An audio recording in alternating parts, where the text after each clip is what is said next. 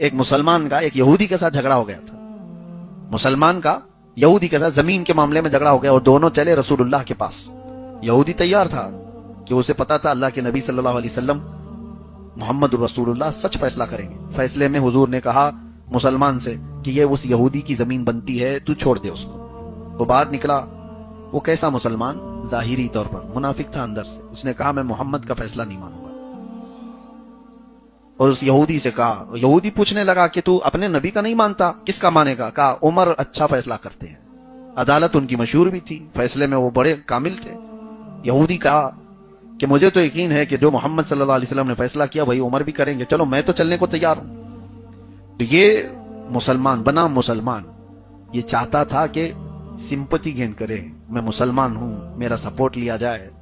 حضرت عمر کے پاس آیا اور اپنی بپتا بیان کی کہ ایسے ایسے معاملات ہیں، یہودی میرے اوپر حاوی ہو رہا ہے، میں تو مسلمان ہوں، میرے حق میں کچھ فیصلہ کیجیے.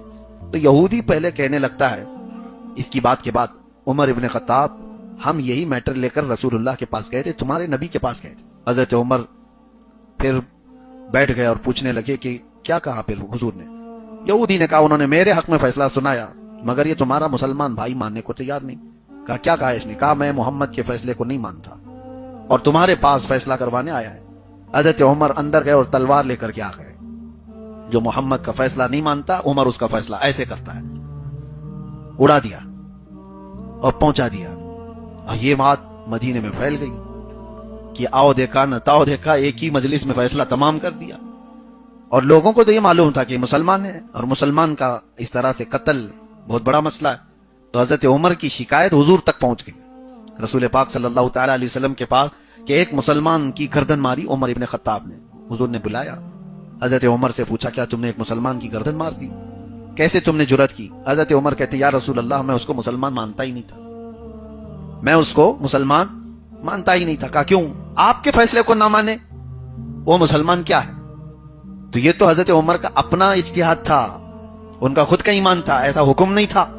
تو حضرت عمر اپنی طرف سے کہہ رہے تھے میں اس کو مسلمان نہیں مانتا.